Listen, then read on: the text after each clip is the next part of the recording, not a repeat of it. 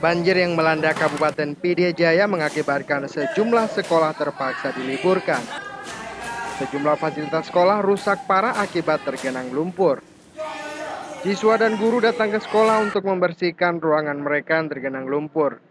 Selain merendam ruangan kelas, air disertai lumpur juga merusak sejumlah fasilitas sekolah seperti buku, meja belajar, dan fasilitas kantor.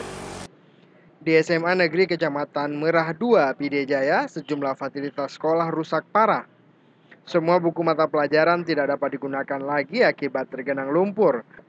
Di sekolah ini ketinggian air mencapai 1 meter lebih. Para siswa saling bergotong royong untuk membersihkan ruangan mereka. Namun banyak juga siswa yang tidak hadir ke sekolah karena banyak dari mereka kehilangan baju seragam dan perlengkapan belajar setelah rumah mereka diterjang banjir. Menurut Sekretaris Dinas Pendidikan Kabupaten Pidie Jaya Agus Halim, banjir di 4 kabupaten di Pidie Jaya menggenangi 11 sekolah. Sampai saat ini sekolah yang tergenang banjir masih diliburkan.